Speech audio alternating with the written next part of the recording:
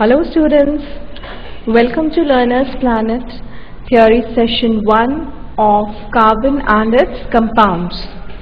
In this session children, we will be discussing about the position of carbon in the periodic table, its electronic configuration and also the types of bonds carbon forms. So let's start with our first slide. Yeah, it is that carbon is a non-metal. We all know that carbon is a non-metal. The name carbon is derived from the Latin word carbo, which means coal, as it is the main constituent of coal. You must be knowing children that when you burn coal, what happens? Carbon dioxide gas is evolved. Okay, so your carbon is the main constituent of coal. Now children, in the Earth's crust there is only 0.02% carbon, and that too in the form of minerals like petroleum, coal or carbonates, and also in the form of hydrogen carbonates, right? So your carbon is not present as in elemental form, okay, because carbon is a reactive element. The atmosphere comprises of 0.03% of carbon dioxide. So how much carbon is present in the Earth's crust? That is 0.02%. And in what form children? In the form of petroleum, coal or carbonates, like your calcium carbonate that is present, or it is what? It is limestone. So that is present in the form of carbonates. Sodium carbonate, it is also present. So what is sodium carbonate? Sodium carbonate decahydrate is what children? It is washing soda. In Earth's crust, calcium carbonate or magnesium carbonate is present. Now in the atmosphere, carbon is how much children? It is 0.03%. Now all the living things, plants and animals are made of carbon compounds. Now can you suggest me any carbon compound of which plant or animal or human beings are made of? It is carbohydrates. Carbohydrates, the major constituent there is carbon, right? Now what all is present in proteins? Proteins also contain nitrogen, hydrogen, oxygen and carbon. What is the constituent of lipid? Lipid contains carbon, oxygen and hydrogen, right? So our complete body is made up of carbon. The carbon compounds are present in one or the other form. Okay, your fats, your cholesterol all have carbon in it, right?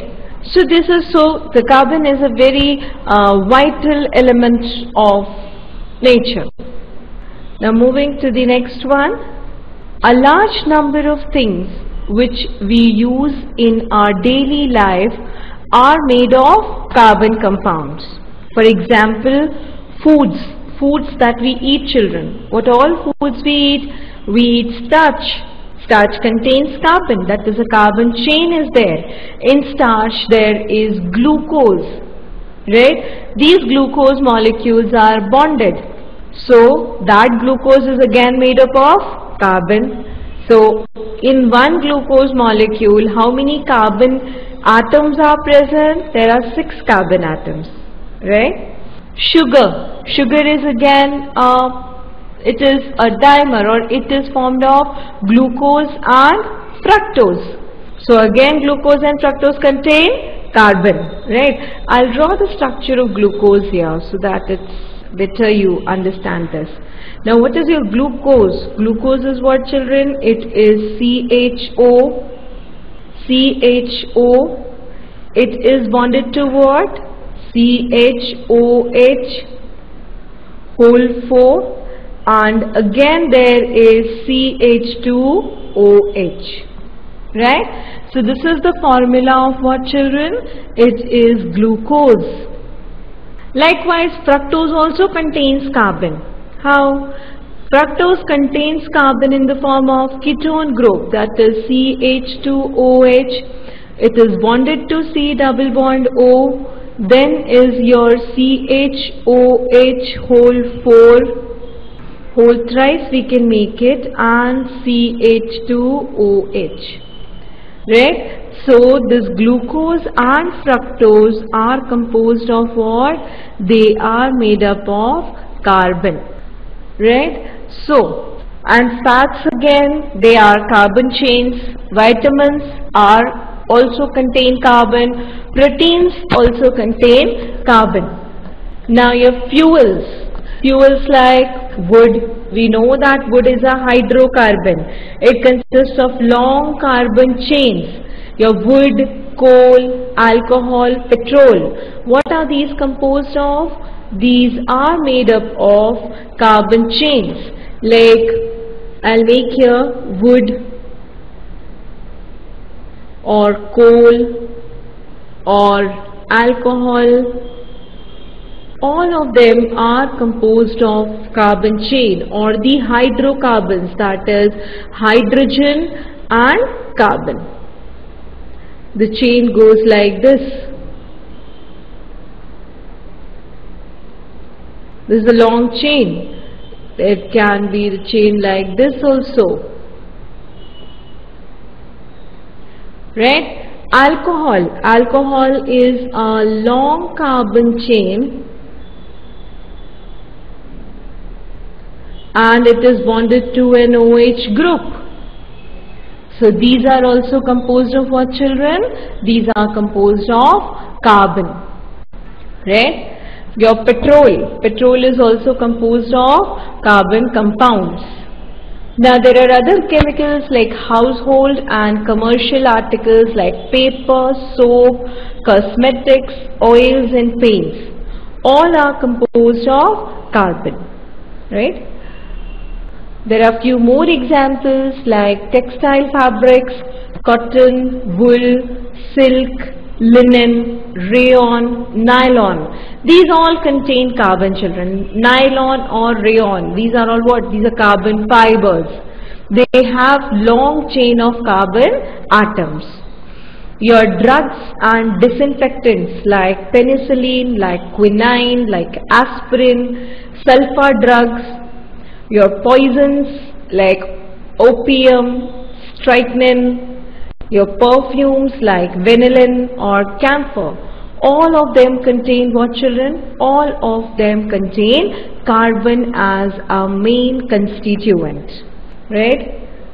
Now your explosives like nitroglycerine, like dynamite, like picric acid, like TNT, they all are also composed of carbon atoms. Right? Your dyes like indigo, Congo red, malachite green, they also have the main constituent carbon. War gases like mustard gas, chloropicrin, levisite, they also are composed of carbon. So I just wanted to make a point that carbon is a very, very important constituent of our daily life. Right?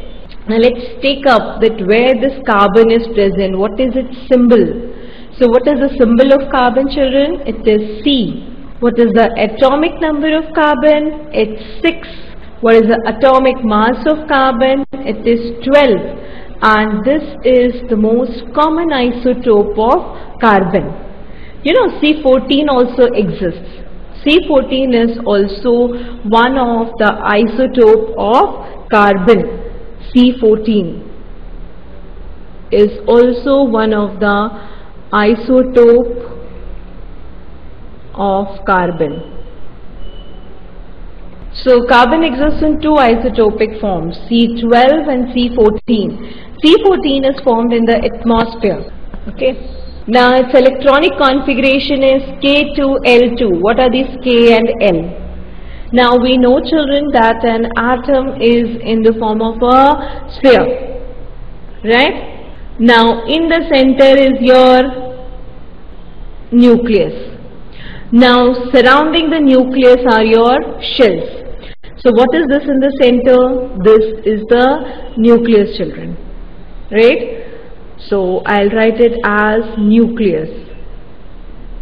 And what all are present in the nucleus? In the nucleus there are protons plus neutrons,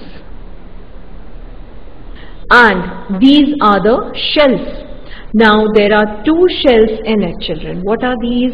There is one K shell and another is what? Another is the L shell. So the shell which is near the nucleus is what? It is K shell. And outside is what? It is L shell. Okay, so how many electrons are present in the K and the L shell? In the K shell there are 2 electrons, that is, which is closer to the nucleus, and in the L shell there are how many electrons? 4. So how many protons would be present in it, children? It should be 6. Because carbon is what? Carbon is neutral, right? So there are 6 protons and 6 electrons. Okay, and what about neutrons? There are 6 neutrons also. So what all other things present in the carbon atom? There are 6 protons, 6 neutrons, and how many electrons, children? 6 electrons. So this is about carbon. Now its position in the periodic table, where it is present. So it is present in second period and fourth group. So what are the elements of the second period and the fourth group? I'll just write down here. This is the second period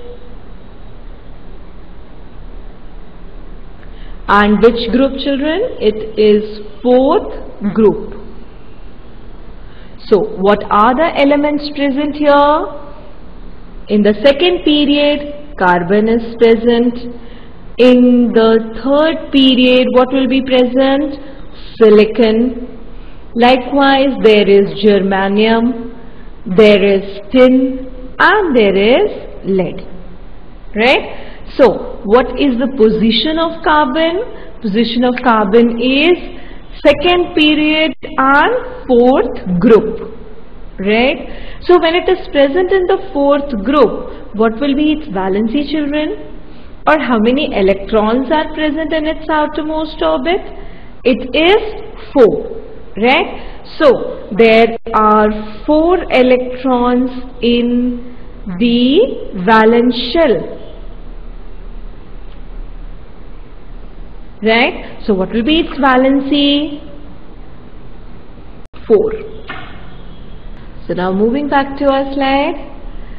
So this is all about the carbon. Now let's take up its occurrence. How this carbon occurs, in what all forms carbon is present. Like carbon is present in free state as well as in combined state. So in free state, it is present in what all forms, children? It is present in crystalline form as well as in amorphous form. Whereas in combined state, it is present in an inorganic form and organic form. I'll explain this to you later. So in crystalline form, children, in the crystalline form, it is present as graphite and diamond. Right? And in the amorphous form, it is present as coal, coke. What is coal? Coal, you know, we used it for burning. Coke, there is charcoal, there is lampblack, and there is one more, Buckminster fullerene. Right? In the combined state, it is present in inorganic form. Inorganic form, like it is present in various acids like carbonic acid, like some more acids, like where all carbon is present in the form of carbon dioxide, ammonium carbonate, aluminium carbonate. So these are all what, children? These are the inorganic forms of carbon, like calcium carbonate, sodium carbonate, potassium carbonate. So these are all inorganic forms of carbon. and it also exists as organic form. Now what do you mean by organic? Organic means the substances which are present in the living organisms are called as what? Organic, or the substances which can be derived from the living organisms are called as organic. So it is also present in the organic form, like in the form of your urea or proteins or carbohydrates. These are all what? Organic compounds. So this is how carbon occurs in nature. Now let's see, children, bonding in carbon compounds. How does this bonding takes place? Now I have told you, carbon, it has how many electrons? 4 electrons. Where? In the outermost shell, right? And to attain noble gas configuration, what it needs, it can either lose 4 electrons or gain 4 electrons. What is a noble gas configuration? The nearest noble gas configuration would be 8. So carbon can either gain 4 electrons or it can give 4 electrons, right?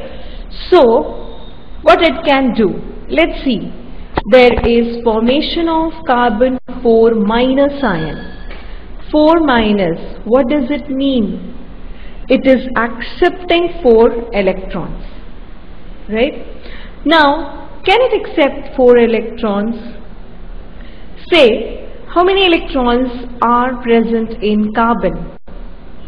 There are 6 electrons, right? So, what it can do? In the outermost shell, how many electrons are there? There are 4 electrons. So how many electrons has to be there in the outermost shell? There has to be some 4 electrons more, so that it has 8 electrons. Now here there are 4 electrons. In the inside one there is 2 electrons. So in order to complete its valence shell, in order to make it 8 electrons, what it can do?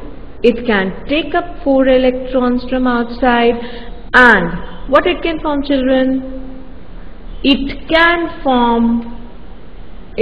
have a noble gas configuration, that is 8 electrons in valence shell.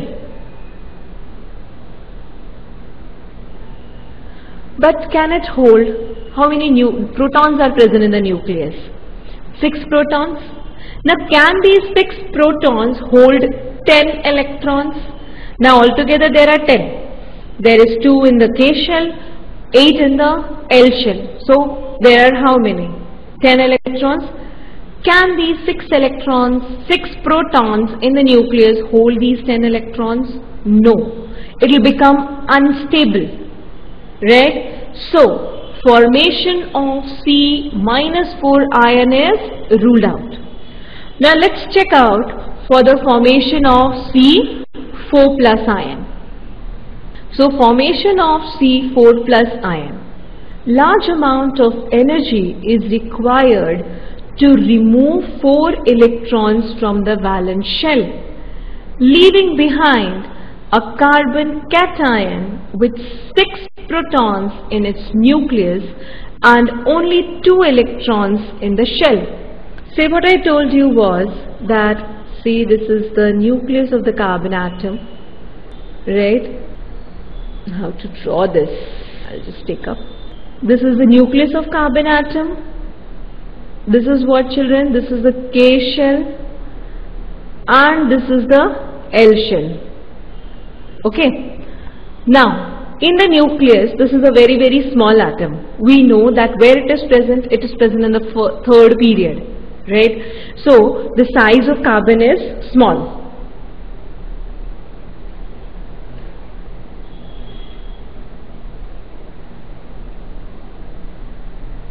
Right? So, this nucleus, it will exert attractive force on the outer electrons, right? What is this nucleus doing? This is exerting attractive force. An attractive force on what? on outermost electrons. Clear? So, in order to remove an electron from here, I have to remove this. What I'll have to do? I'll have to overcome this attractive force, right? So, for removing this outermost electron, what I can do is, I have to apply a force greater than this attractive force, or I have to apply lots of energy. Now children, for forming 4 plus, that is for removing 4 electrons, a huge amount of energy will be required, right? So the formation of this C4 plus is also ruled out. Now what is left? What is the option? How it can complete its octet, or how it can form bond? There is one more type of bond, children, which we know. What is it? It is a covalent bond. Now here, carbon forms covalent bond. Carbon acquires a noble gas configuration by sharing valence electrons with other carbon atoms or atoms of other element, right? What it is doing? It is sharing the valence electrons. There is one more option. Either it can lose, or it can gain, or it can share. So what is it doing? It is sharing, right? The shared electron belongs to the outer shells of both the atoms and leads both atoms to attain a noble gas configuration. Now here children, this shared electron, the electrons which are shared, what they do? They belong to both the atoms. They are not of the single atom. So these are counted with both the atoms. Okay? The combining atoms, may share 1, 2 or 3 pairs of electrons. Now let's see how carbon does that. Yeah. Carbon forms covalent bonds, that is by sharing of electrons. Now how you can depict these covalent bonds? We can do it by putting a small line in between the atoms, right? And this small line represents the covalent bond. That is, a small line between the 2 atoms represents a covalent bond. Okay? So, the compounds having covalent bond between the atoms are called what? Covalent compounds. Now let's see how these carbon forms its compounds. There is what? It is forming the compound by sharing 4 electrons. Now how many electrons it is sharing? 4. So we can say that carbon is tetravalent. A carbon atom has 4 electrons in its outermost shell. So it requires 4 electrons to complete its octet and attain a noble gas configuration, right? So what it will do? It will share. Therefore the valency of carbon is 4. That is, carbon is tetravalent. Did you understand? Tetravalent means it requires 4 electrons to complete its octet. Divalent requires 2 electrons to complete its octet. Monovalent, it requires 1 electron to complete its octet. Okay? Now let's see how it forms its compounds. So let's see the formation of methane, how it forms. Now here children, what is this? This is a carbon. How many electrons are there? 1, 2, 3 and 4. Right? It is combining with what? 4 hydrogen. Now I told you while balancing equations that hydrogen is a diatomic molecule and you should not write it as a single atom. But here, in order to show you the combination, I have made it single. So it is combining with 4 hydrogen atoms and it will form CH4. Now see the electrons here, children. This one electron of carbon which is crossed.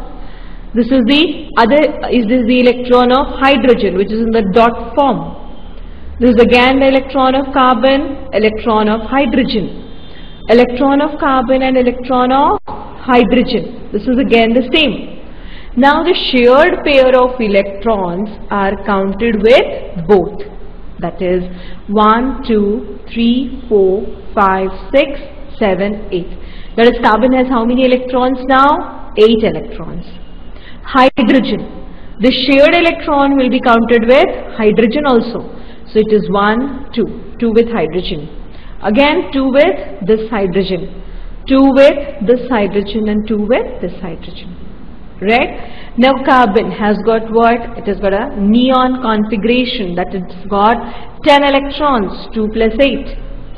And helium, that is hydrogen, has got what configuration? Helium, that is it has 2 electrons again, and resulting in the formation of a molecule of methane. Clear? Now this carbon has a wonderful property that is called as catenation. What is catenation? The self-combination property of an element is called catenation, or we can also write it here, the self-combining property is called as catenation. Right? So what is catenation? It is the self-combining property of an element is called catenation. Carbon has this unique property. Now what it does, carbon can form long chains, as I have told you that carbon is forming chains like this, right? And here it is bonded to hydrogen atoms. So your carbon can form long chains. This is called as catenation, right? So this is your CH2.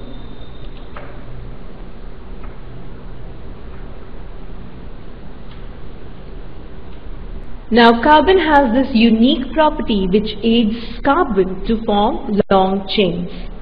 That is why it is present in each and every component which we are using in our daily life, whether it's proteins or it is carbohydrates or it's lipids or inorganic compounds. No, in the chain form it is not present in inorganic compounds. Due to the small size of carbon atoms, covalent bond between various carbon atoms are very, very strong. This has got a very small size, right? So because of the small size, the bonds between the carbon atoms are strong. Clear? This is how carbon is forming bond with itself, and it also depicts the tetravalency. So this is here also, it is forming this strong bond I was talking about, this bond. The carbon-carbon bond here, this bond is very strong bond. Okay, now why it is strong? Because of the small size of carbon atoms. So because of this, carbon can form chains. Now here I'll conclude this lecture, children. In our next lecture we will be discussing about the allotropes of carbon, the different forms in which carbon exists. So thank you very much for listening patiently.